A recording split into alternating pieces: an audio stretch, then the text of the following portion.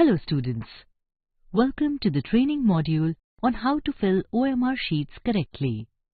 As you will be filling OMR sheets for the first time, you need to have complete knowledge about filling the OMR sheets. So watch this video very carefully as it explains the entire process in detail. Section 1. Points to remember while filling the OMR sheet. All your details like your roll number, name, etc.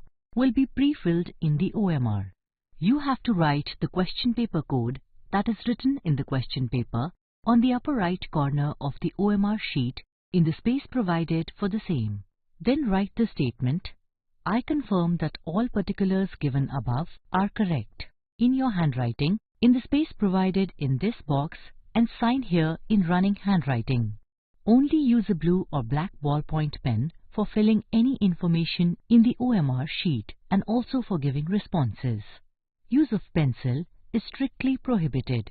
If it is found that you have used the pencil for filling OMR, this will be considered as the use of unfair means, and action will be taken against the candidate as per the unfair means rules. Section 2.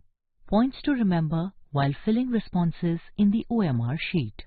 There will be space for answering 60 questions in the OMR, irrespective of the total questions given in the question papers of any subject. You need to fill responses, that is, darken the correct circles only for the number of questions asked in the question paper, in correct serial order. Answers given after the maximum question number in the question paper will not be evaluated. For example, if there are 45 questions in a question paper, then any response given in the OMR sheet from question number 46 to 60 will not be evaluated. For giving a response, 4 circles, that is, A, B, C and D, are given in front of each question in a row. You have to darken the correct response circle with a pen. Immediately to the right of the 4 circles, a box is given. You have to write the correct option in this box, that is, A or B or C or D, as the answer. Again, immediately to the right of the box, a circle is given, inside which the question number is written. This circle is to be darkened by you if you do not want to attempt that question. You are advised to first mark the response by darkening the circle. If you are fully satisfied that your answer is correct, only then write the response in the box. The purpose of giving a box is only that if you wish to change your response, you can write the new response in the box. Even if you are satisfied with darkening the circle, this response has to be written in the box. You have to fill your responses both in the circle and in the box. Please note the following very carefully.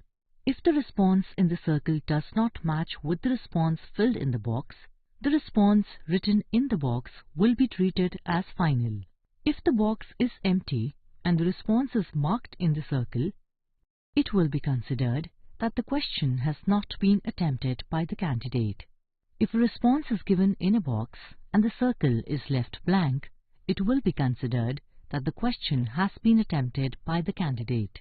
If all the 3, that is, 4 circles, box and last circle are left blank, it will be considered that the question has not been attempted by the candidate.